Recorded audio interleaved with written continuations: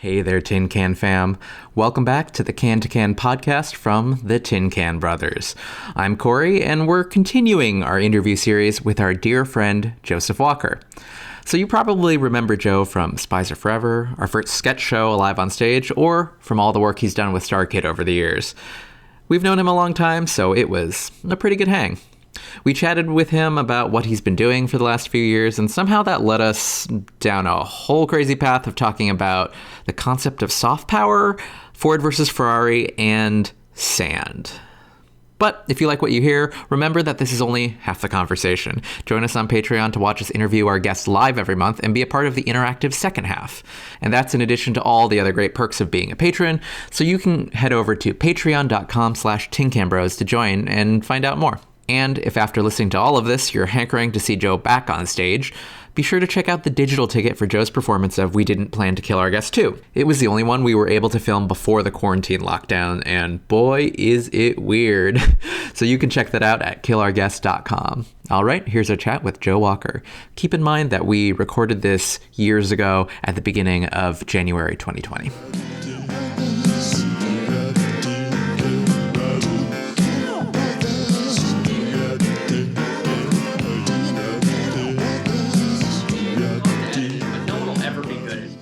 We're live? Is this good? Are we on? It's always a problem. Like, no one, it'll never go live. It'll never go live. We'll go, hello! We'll never nail it. Hi, everyone. That's what your Patreon money is going towards next month, is hiring someone just a person to, like... 5, 4. We can... And then they're gonna, like, walk out the door. We should Postmates it or something. TaskRabbit. TaskRabbit, that's what I mean. Postmates is for food delivery. I sent a hard drive through an Uber driver the other day, which he was just not suspecting. Which I looked it up, and they're like, it's up to the Uber driver whether they want to do it. I don't know that. Yeah, is that policy? So he came to pick me up, and I just went, "Here you go. This is me." If I was them, I'd be like, "This would be preferred. You don't have to deal with someone in your back seat. But you just drive it this hard drive." But like getting out, did they have to deliver it, or was it like? Yeah. Where were they taking use them as a courier? Yeah, use them as a courier. So was someone like waiting for you shared the trip with someone and they knew? Yeah. Okay, that's fine. I was gonna say like they actually sent it to me. They called it to my house and then to their location because they needed to pick up the hard drive from me. Huh. Hope everyone has their pizzas ready because we're here with Joseph Walker. We were reading a lot about how you guys were making pizza with corn before we signed on. Is that a corn crust pizza, or is it pizza with corn on it? Yeah, is it pizza with shaved corn? Both sound good. I've heard pizza of cauliflower with popcorn crust. What is shaved corn? Like just you just shave it off the cob. Oh yeah, okay. Corn off the cob. A cob is a beard, and you just shave the corn off the cob. I'm just thinking about using a cheese grater on a piece of corn. Or on a corn cob. Or just putting a bunch of shaving cream on it and then shaving it with a razor. Just like... And then washing it and eating it. Is there any good use for a corn cob, aside from making a pipe? Like burning. Just like a fire starter? Oh. Yeah. That's it. That's it? That's it. All right. That's why God put cobs on the screen. Guys, I'm just putting it together that a corn cob pipe is made from a corn cob. Oh, yeah. Welcome to 2020. Welcome to 2020. Man, this decade's going to be... Let's all shake. This decade's going to be real good for me. Cool, guys. Happy 2020, guys. This is our first live stream of the new year. And in just a month and a half, we are going to have Joe join us. Month and a half? 2 months. 2 months. About 2 months. It's about 2 months. Yeah, 2 months. Joe will be joining us for our second round of We Didn't Plan to Kill Our Guest. Huzzah! Joe, did you miss the first round? Oh, because you were still. I was up north. I was up north. I think it may have been like the weekend of my graduation or something. It was. Like that. Yeah. Yes. So it was. I couldn't make the show. It was. Well, you're in for a weird time. That's fantastic. So yeah, it's gonna be a fucking blast. I feel like I haven't spoken to you guys about it very much since the original conversation, but it seems like some of the ideas that you're cooking up are nice and weird. Oh, yeah. Really high concept stuff. Really high Real genre stuff. Real genre, high concept. Like, I'm excited to try to live up to the intense, theme, just like, I guess I don't want to I don't want to say anything because it would be a spoiler. I would say it's borderline psychotic and or messing with the whole idea of what we've created, it's like, which is kind of fun. And if there's anyone to be trusted with that, it's you. The idea you told me makes me want to do a Werner Herzog accent for the whole show. And just be like, this is my real accent. And just speak like Werner Herzog the whole time. Hey, you know what? We can workshop it. We can make it work. This show is like, oh, Joe, thank you. And I'll be like, thank you so much for having me. I can't even do it at all. This is a real... I can't even do it, Werner Herzog. I just can't just kind of think about him talking about the baby. Yeah. Where is the child? I always think about he made a documentary about volcanoes, and it's called like At the Edge of the Planet or something. And he's like, this is a wasteland that is impenetrable. What he chooses to concentrate on his documentaries is so bizarre. Like you think it's going to be obvious, and then it's just like about something really. Did he do one about the bears? Did he do the bear one? There's an Antarctica one, but Killer Guest is definitely an extension of our id in that like. It's just an untethered playtime of weirdness. Yeah. Yeah, we're not trying to craft anything that's too good, highbrow,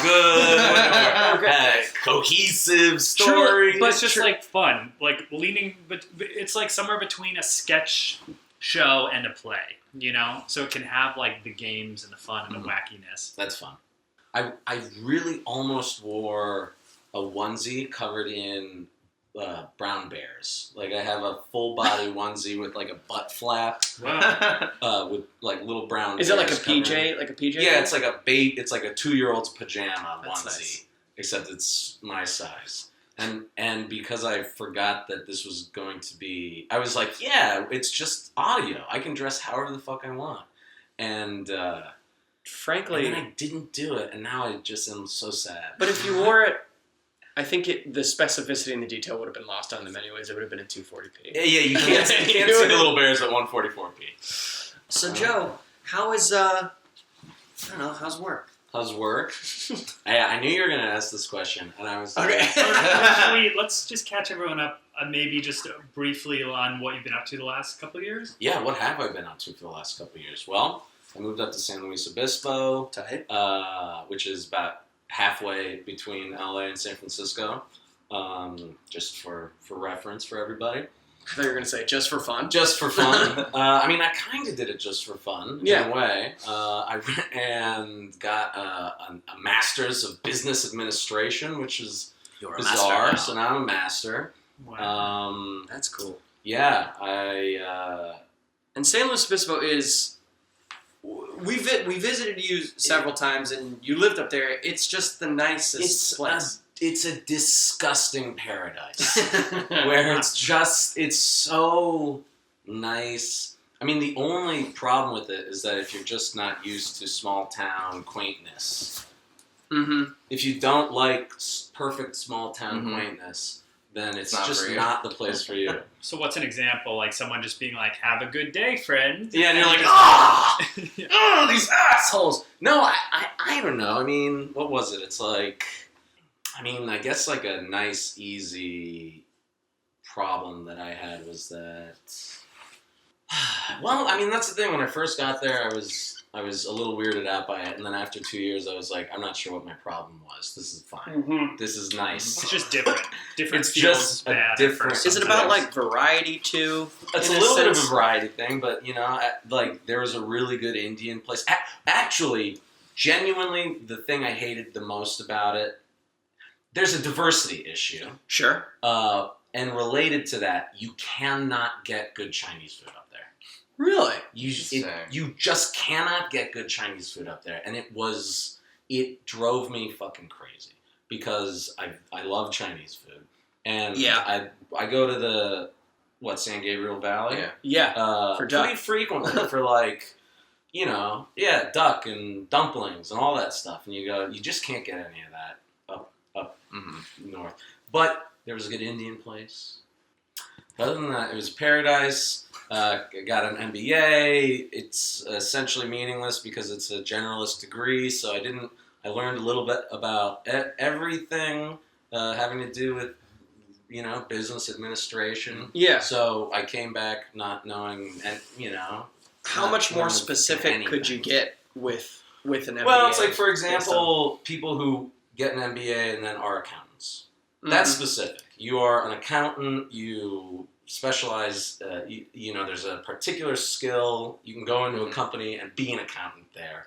Or, when people get business degrees undergraduate, they usually have like a senior thesis or whatever, so that there's they're either in finance or marketing or some, like people have an idea of what part of a business they want to go into. I didn't do that because it was like I don't know. I didn't do that. But it expanded your mind as to the possibilities of business, right? I mean, I thought it was wildly interesting. Yeah. I thought it was wildly interesting, and Anyway, so I got that. I moved back to LA. I got a job at a big marketing agency called RAPP, R-A-P-P. Sick. And their tagline is fiercely individual. I guess they seem fiercely individual. I don't know. I mean, I don't know how easy it is to be fiercely individual in a mega corporation. Fiercely is a pretty aggressive word. Also, no offense, but every marketing agency website is like, we're like... Yeah, exactly. And we're like fiercely individual, and it's like all the like headshots of like all the people who work there. But they're all like the same headshot. Where it's like I know exactly. Yeah. It's like on the same shoot day and on the same background, but it's like we're all individual, but this is all the same photo. Yeah, but we made sure that we did this efficiently on the same day. Exactly. Like every agency's like, we think differently. Yeah. Well, no, but mine really does. Yeah. Oh, for sure. No. But we're fiercely individual. So, so that's it. Generally speaking, it's I do a lot of research. Yeah. I'm sort of an analyst researcher role. You had tweeted out a series of requests that desperate, embarrassing requests. That seemed like fun spam. that seemed like the fun kind of phishing spam. Every so often, I check that email address. So I work I'm on the Toyota account. We had a deadline where we had to take over all emails sent by Toyota. Toyota's consolidating. It's a giant company that's bigger than most countries. So they have a lot of agencies doing different shit. My job was to get all of the emails that you get from Toyota when you buy at Toyota. Because that was the job. So the question was, how are you going to do it? That's what Toyota said. They're going to tell us what you're going to do for the first 3 months after you get a Toyota. And so you're bidding for this. Yeah, we're competing. Yeah. And it's take over all the work or lose your job. So she's like, okay. So I needed these emails because it's weird. You go, how do you find out what emails companies send? I mean, you don't think about that ever. You would never think about I wonder what Neiman Marcus's emails are like. Yeah. I mean, unless you love And you're talking about emails that are sent to just people who recently you were trying to see what they were already doing. Just trying to see what they're already doing. But it's different companies. We don't have it all. We only have what we are part of. Competitors. And they're our competitors, exactly. Yeah. So, I went on Twitter and I was like, please, I need your emails. And everyone's like, is this a scam? And it probably didn't help because I went on Gmail and I was like email repository.gmail or whatever. And they were all taken. They were every generic thing was taken. And it was like I wanted to be done with it in 5 minutes. I was busy and I was like, this is taking too long. And so I just came up, I was like, this won't be taken. yumyumemailbucket@gmail.com. And of course it wasn't taken because it's stupid. And so that was the email address. And then I started getting... Pretty original. Pretty fiercely original. I feel like that it was fiercely original, so they didn't notice at work. So then people started emailing it and being like, is this real? And I had this one girl who was like, prove that you're Joe Walker.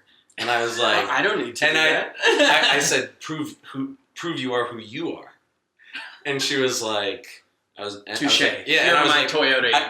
exactly. No, she was like, well, I don't remember what she said, but it was like, well, I like candy and pizza or something. And I was like, how do I know the real you likes candy and pizza? And then she said, I'm at school right now, stop distracting me. And then I never got the emails. And I was like, that's so, right. What a weird test. It was what a weird, it's like the only way would be to meet up in person, right? Like, how could you ever well, also what a strange situation in which some people's like knowledge of you as a person is conflicting with something entirely separate that you don't. Like the idea that someone is like, I know who you are, but I need to confirm that this is you before I give you the thing that you actually need that has nothing to do with who you are. Yeah, right. It's like, I mean, I get it because we live in a world where everyone's like, my data is being watched, but it's like, it's your Toyota emails. Yeah, it's like your Toyota. You just give me these goddamn emails. Also, it's like on some other platform, if you had been hacked by a spam person who was just asking for people's Toyota emails, it's like, you would have been like, hey guys, don't respond to that. Sorry, my Twitter got hacked. Don't respond to that Toyota email.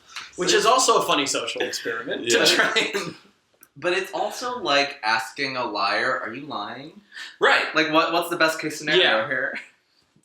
They go, I am not Joseph Walker, but I do need the Toyota emails. And they go, I applaud your honesty. Here you go. Send all. There was one time in college where in the studio, I think it was Rachel Albert left herself logged into one of the studio computers.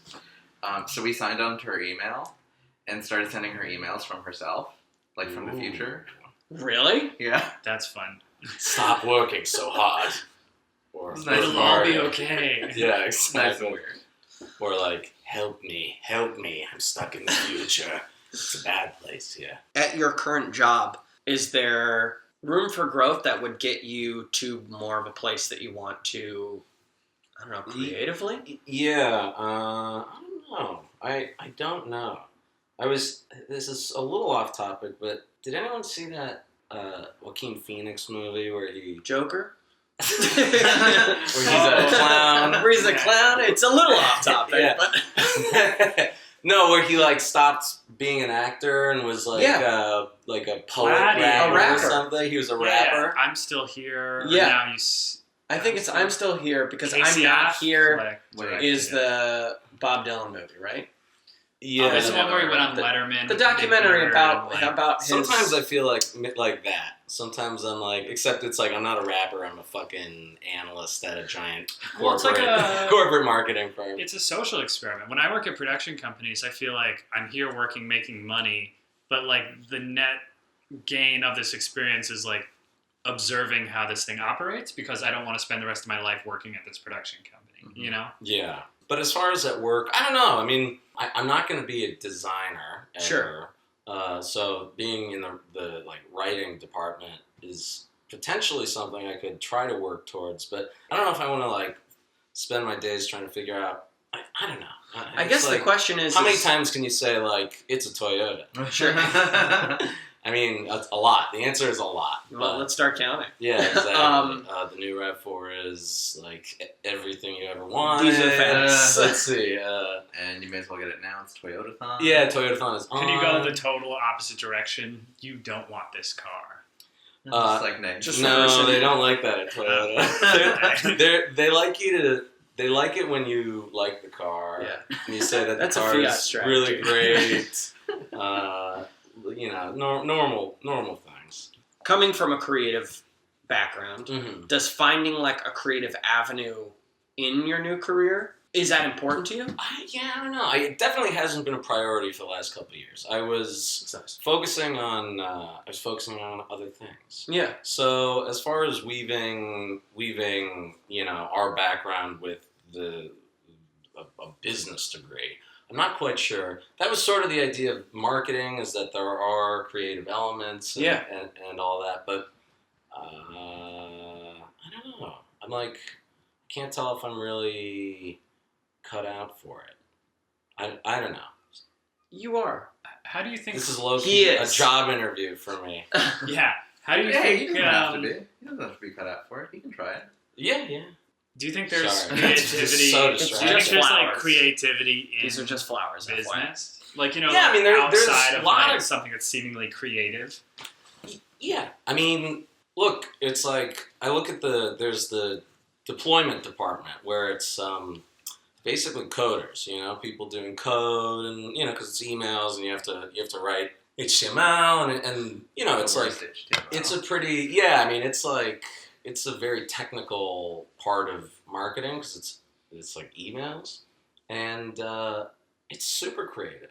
It's like when in the Matrix, like 10001. Yeah, I mean it's not ones and zeros, but basically, you like see them just looking at a black screen. It's like blah blah blah blah blah, and you go, I had to do a little bit of that in school, and when you do it for like a week straight, you start to see it in the Matrix. Yeah, you're just like shit. You see the patterns. Yeah, you see it, and you're like, all right, yeah. Oh, here's a really good way to get around this. Like, oh, it's it's a kind of formal. Also, the way like email clients display HTML is super like stuck 20 years ago. Yeah, that's compared to like a browser. So you have you can't use any of like. Oh man, I have a research deck that I put together that I can show to you. It's a real nightmare.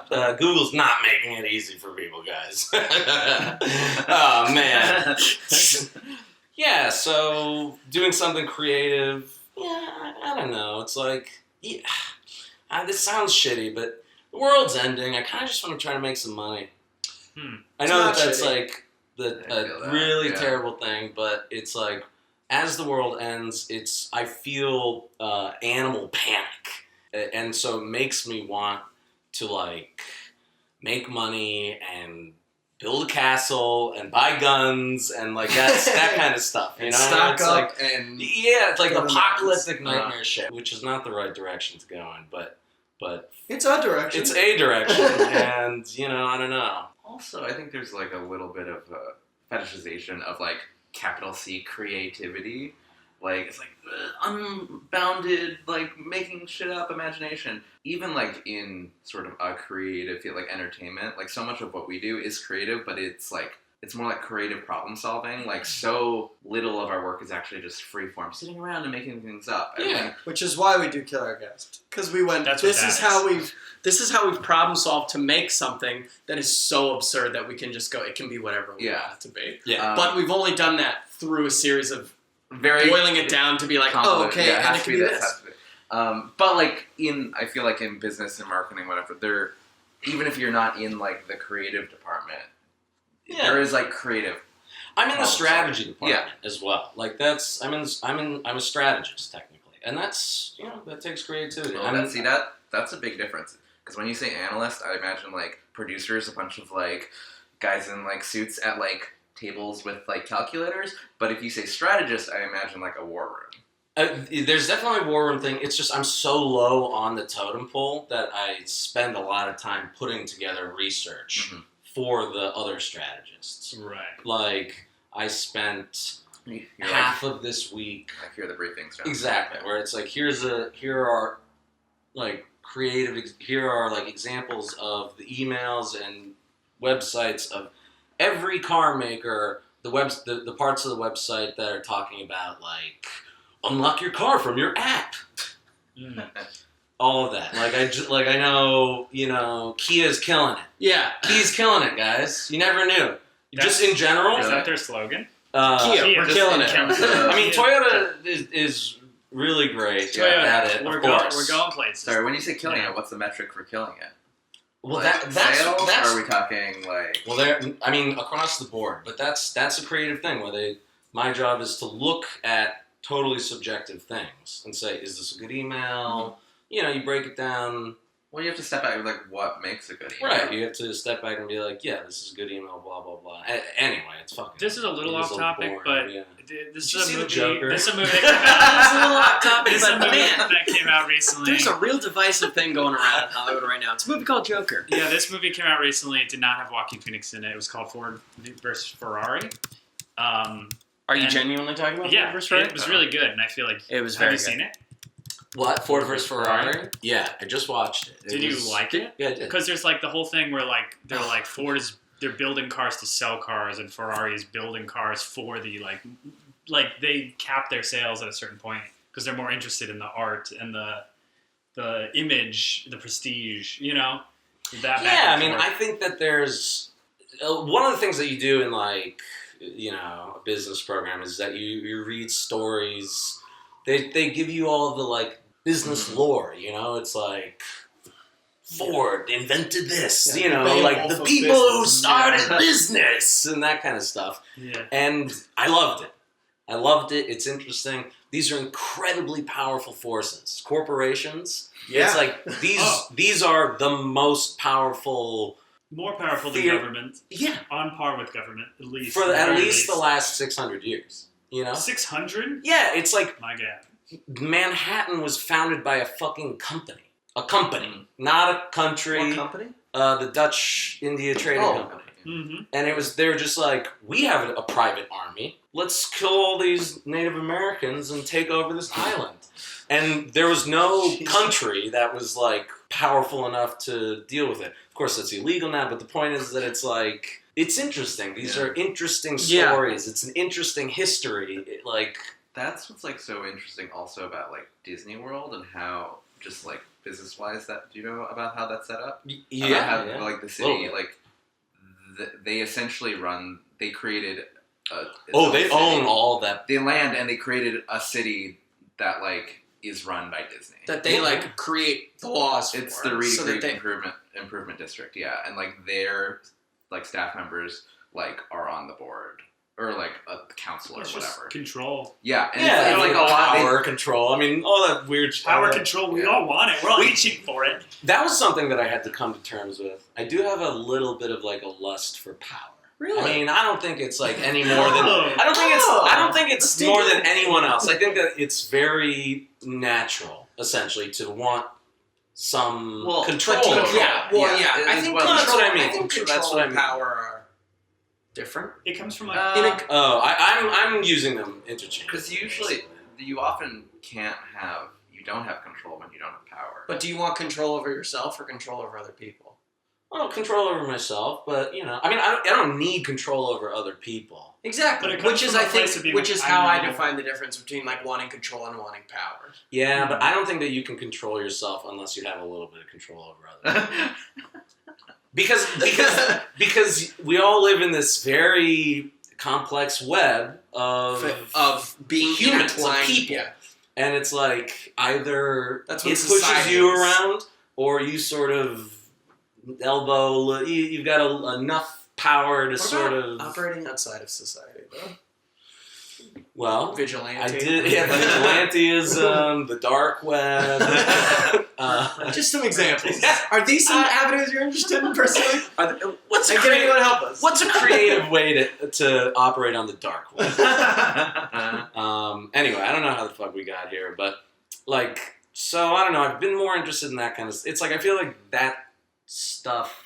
No, let's just dig the into history of it. The lust of power. Let's dig into your lust. The history of power is fascinating in the world, world history. Well, okay, you guys are small business owners. This is a small business. The Tin Can Brothers is a small business. Yeah, and you guys have, you have some power over me. You've invited me here, and it's not really power because you don't have to force me to do it. Yeah. It's like, it's soft power. I mean, it's not like the power at threat of a gun. Hard power, would be if we had thugs outside. Yeah. I mean, no, it's like I'm not like I wish I was a mobster. And I could harder, in terms of the contractual money. This where we held something over. We all know what it's like when someone offers you a job, for example, and you say, "I have to take this job because I have to take the job. I need the money. Mm. This would be irresponsible. You have to do it." That's power. I mean, it's it's not that's more of a societal thing than a single person. But I think their power. I think at the end of the day, there are people that, because they exercise that, it trickled down to the reason why you need. You know what I mean?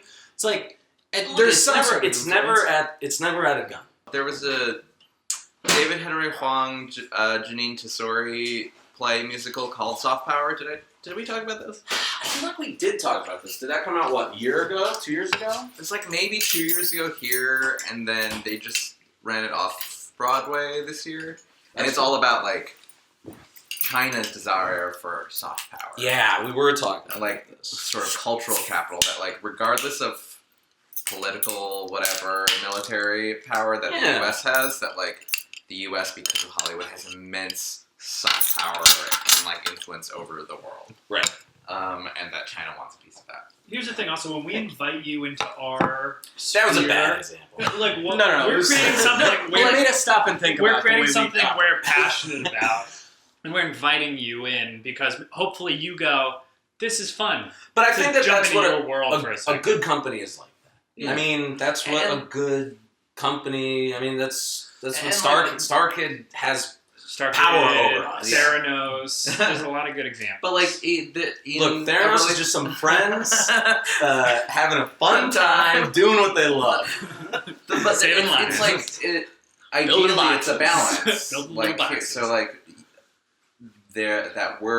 we have power over you because we are inviting you to do this thing that you want to do. But also, like, you have power over us because, like, we need you to do. We want you. Like, ideally, there's, like, a balance there. Like right. It's like quid pro quo, something that's been in the news a lot lately. There's no quid pro quo. Quid pro quo. There's no quid pro quo. There's no quid pro quo. Yeah. Well, right. This is a bad example because there's actually no money exchanging hands, and this really is just friends hanging out. But I mean, look, we like kind of help put StarKid together. That was my first experience with a business. It was fun. There's a lot of hard, interesting, weird, behind-the-scenes shit that was not acting or writing. That was fun. That was a big reason. I was like, what was all of that? What was all of that stuff that we did for years that wasn't the acting and writing? Mm-hmm. What was up with that? That was pretty interesting. Yeah. And it was like a source of success. It was a source of failure. It was a source of a lot of other stuff besides just the final product. Sometimes, I mean, I was just texting you about this the other day where it's like, sometimes even in the way we plan and operate things, it's like I get really caught up in the minutia of like, oh, we need to send out these emails. And I enjoy doing it. Yeah. I enjoy like going like, but it sometimes is at the expense of me being like, well, yeah, I need to like, also a big task is I just need to sit around and like be creative for a while and like write something. Well, and I'm like, and it's hard, and it's a normal company has different departments. Totally. Yeah, exactly. You have to like, but I mean, that was another weird thing where when you just when it's just a few people and everyone's just like, what needs to be done? Okay, I need to do this. And you just think of it.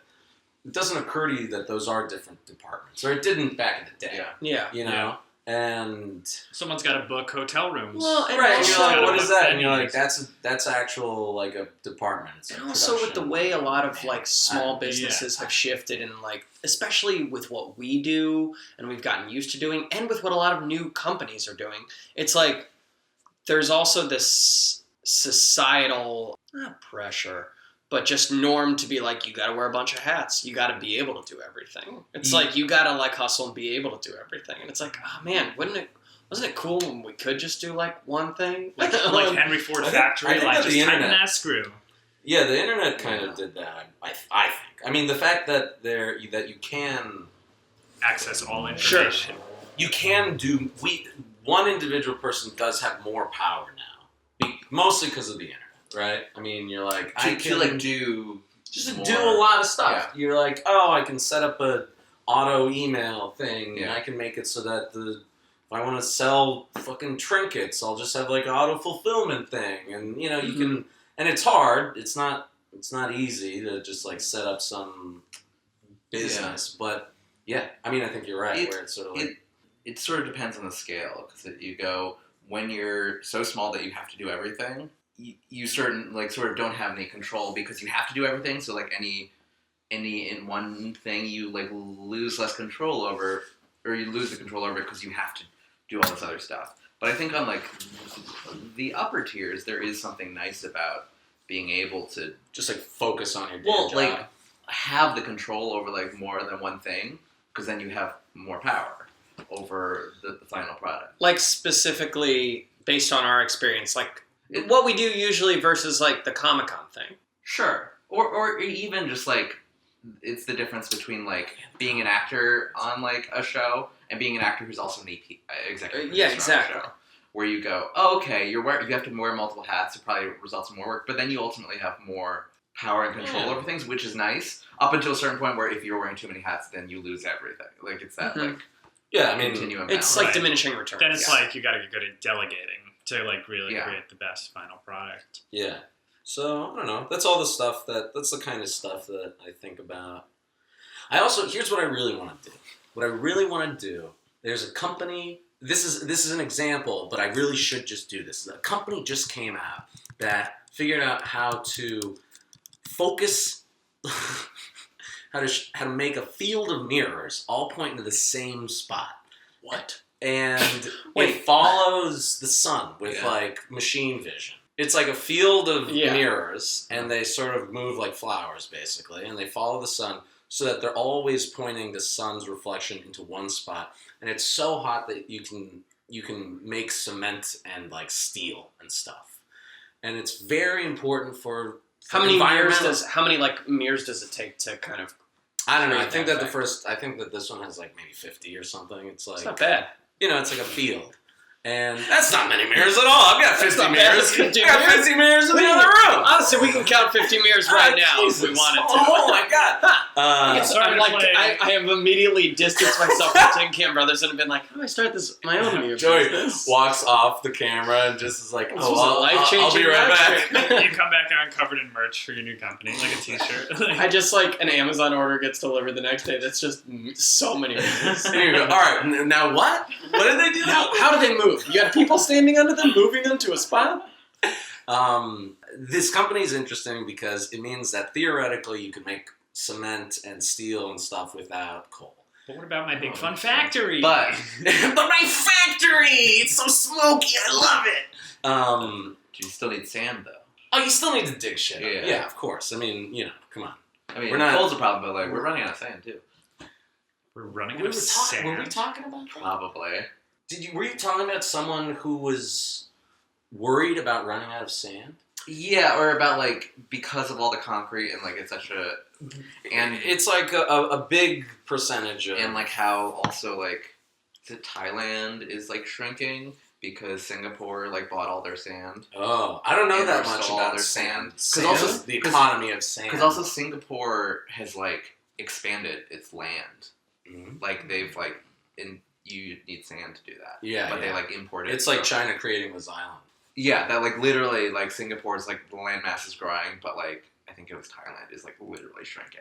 Yeah. Looks like we'll have to go back to school and get our MSAs, Master in Sands Associates. Says that's a new degree. Brian leaves here and starts his own. It's probably material sciences, Brian, but study sand. The new College of Sand Association. BRCOS, the Brian Rosenthal College of Sand. This is the most interesting conversation I've ever had. It's like, it gets a little Eastern European. I'll work on it. Okay. Don't make me make an island out of you. That's how sand works. Yeah. The older I get, when I start like understanding everything is connected in a way where you go, oh, everything, there is no like zero-sum game. Everything like affects something. Something comes from somewhere, and that affects something else. And it's all tied together. I mean, that's just part of the... that's just part of coming to terms with being a person in many ways. Being like, oh, everything I do does affect everything, but to what extent? Yeah. To what extent do I want to feel responsible for such... 2020, it's a year to vote. You might even say it's time to vote. But don't be voting for the Joker for Best Picture. So do you guys not like the Joker? Do you not like the Joker? I like the Joker. I liked the Joker, and I thought it was a movie for our times. You thought it was a movie for our times? I'm just making sure I heard correctly. Wow, is that what you just said? A movie for our times. I'm just saying. That is what he said. Okay, that's what you said. All right. I thought the fact that it hit such a chord with people, I think, is a sign of a good piece of art. It just seems like a bunch of fucking terrorists were like, we like this movie, and then people were like, all right, I don't like it. Yeah. And it's like, don't let the terrorists win. But that's how that movie bummed me out. I thought it was a movie that the filmmakers didn't realize what kind of... They thought they were making a different kind of movie, and then the movie resonated with people on one level, but they believe it resonated with them on another level.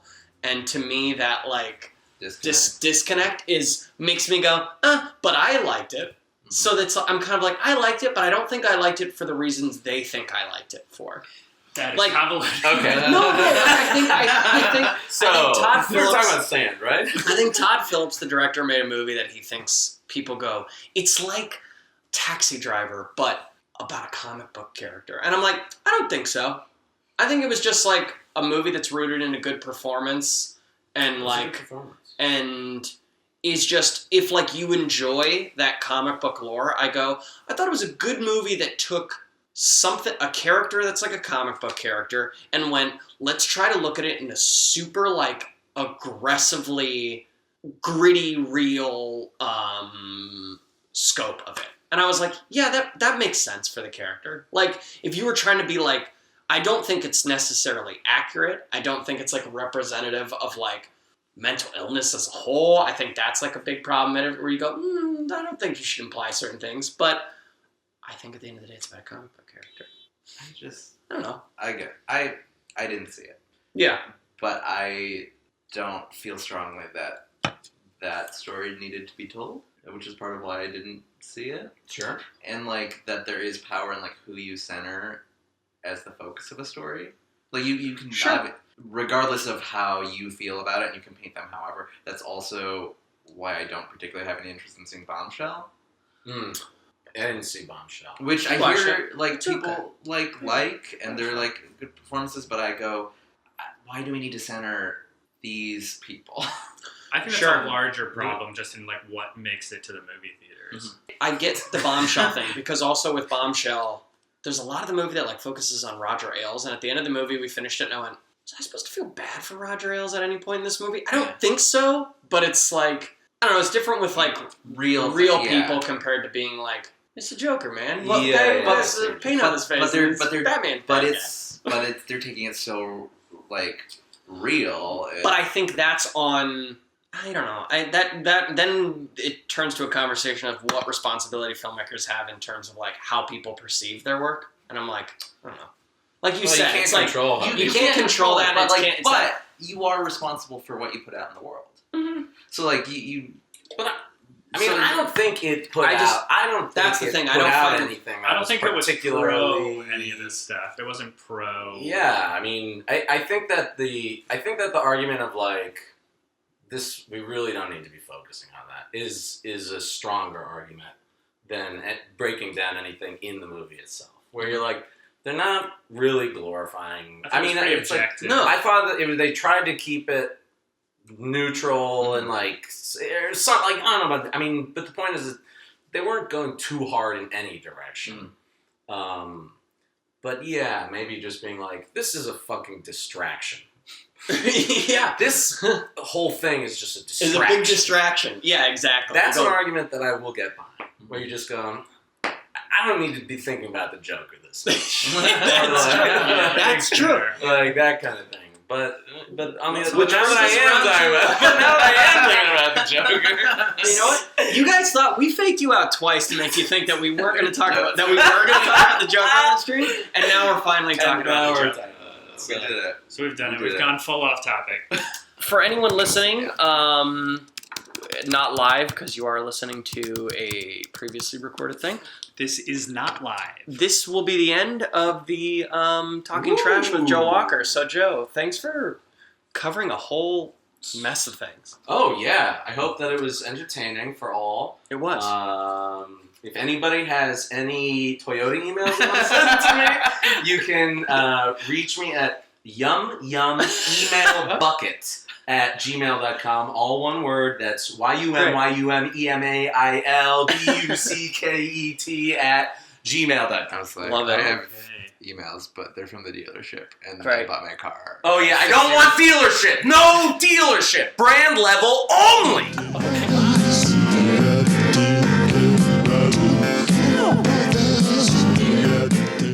And that was our chat with Joe Walker. Again, if you want to hear the rest of the conversation, you can support us on Patreon at patreon.com/tincanbros. That's where you can watch the uncut video archive of this chat, plus the patron-only section. And don't forget, the digital ticket of Joe's Kill Our Guest show is out now and available at killourguest.com. It's really weird, it's really fun, and also features Lauren Lopez and Angela Ratana. And on a personal note, we ordered some merch to sell at the show, and since we weren't able to do the show for an audience, it's all just sitting in my living room. So maybe check it out and buy something if you can, so it can live in your house and not mine. You can find that at killourguest.com as well. Thanks for listening, and we'll catch you next time on Can to Can.